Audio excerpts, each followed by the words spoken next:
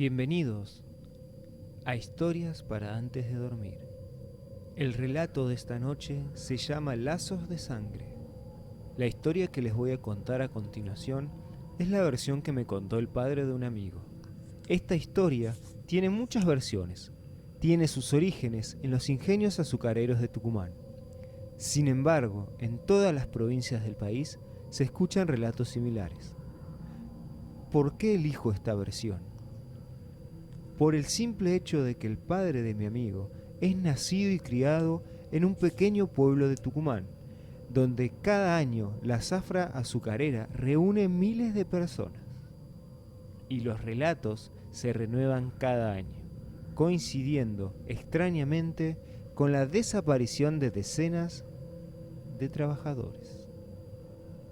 Durante décadas, la familia Ululaya fue la poseedora de todos los ingenios de la región, pero con el pasar de los años fueron vendiendo sus propiedades hasta quedarse solamente con una casa campestre ubicada en un terreno de no más de 5 hectáreas.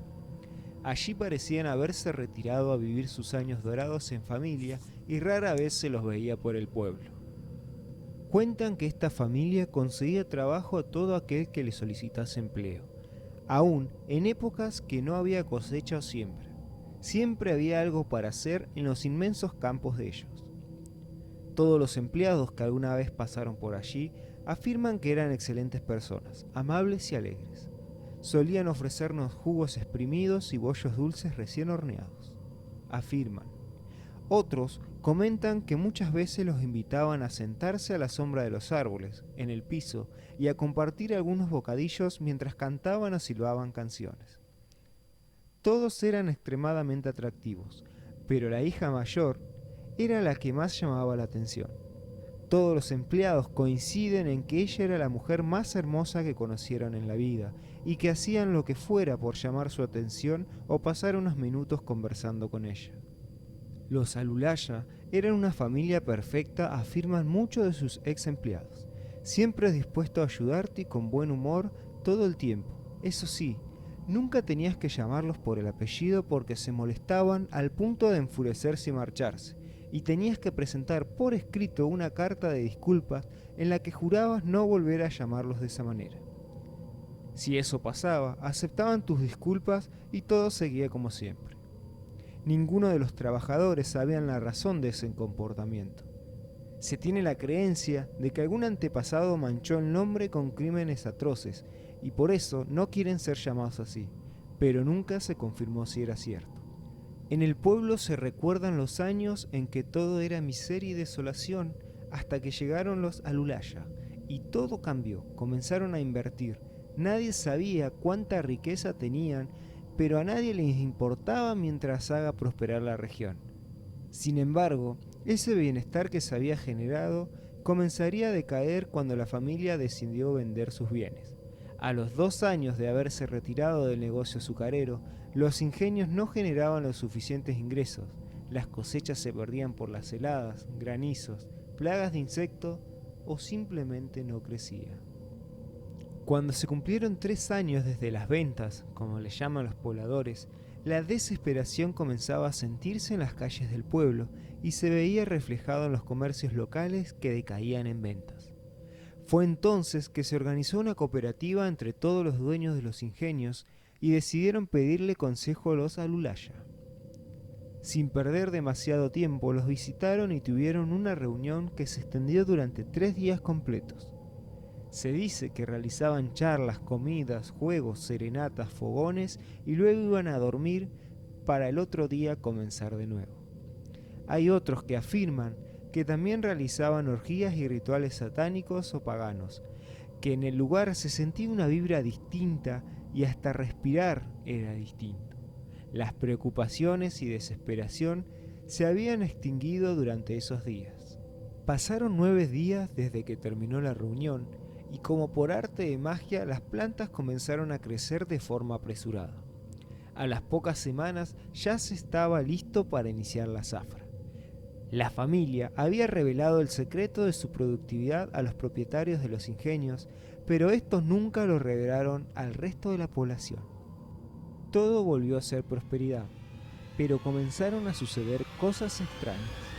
Entre las que más se cuentan es la presencia de un perro completamente negro, el cual tiene grandes ojos amarillos o rojos en otras ocasiones, que rondan las plantaciones durante las noches previas al inicio de la cosecha y se escabulle rápidamente si nota que es observado.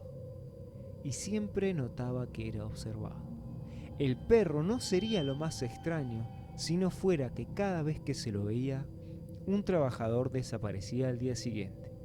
Simplemente no se presentaba a trabajar y desde ese día no se sabía nada más de él. Algunos aseguran que si en los 7 días previos al inicio de la zafra todos los trabajadores se presentaban a trabajar, el día del comienzo la cosecha se perdía por algún desastre, incendio, plagas u otra cosa. Pero esto no afectaba a los campos aledaños. Fueron varios años que la comunidad vivió así. Sin embargo, cierto día desapareció un hombre de unos 60 años al que todos apreciaban en el pueblo por ser una persona extremadamente bondadosa, y se la consideraba un héroe local por haber rescatado a 4 niños de un incendio. El hijo de este hombre sabía que su padre se había dirigido al campo donde trabajaba a pedido del patrón, que lo había llamado por teléfono para que vaya urgente, lo cual fue raro porque ya eran más de las 9 de la noche. Pasaron las horas y no había noticias. El joven intentó comunicarse con el jefe de su padre, pero no había respuesta. Al cuarto o quinto intento fue atendido y le dijeron que no se preocupara, que su padre se quedaba a cenar. Cuando pidió hablar con él, el señor que le había respondido le dijo que no podía hacer porque se encontraba trabajando en el techo de la casa. Por eso lo habían llamado con urgencia y le colgó la llamada. El joven presentía que algo no andaba bien. Organizó rápidamente un pequeño grupo de búsqueda con amigos cercanos a la familia y vecinos y se dirigieron en busca de su padre. Llegaron a la vivienda. Los dueños estaban ahí, pero el padre del joven no. Este perdió la paciencia y golpeó al dueño del lugar, que decía que el padre acababa de irse, lo cual no podía hacer porque se lo hubiesen cruzado en el camino. Cuando iba a golpearlo una segunda vez, la esposa del dueño del campo intervino pidiendo que no lo golpeara, que ellos no querían hacerlo pero tenían que cumplir.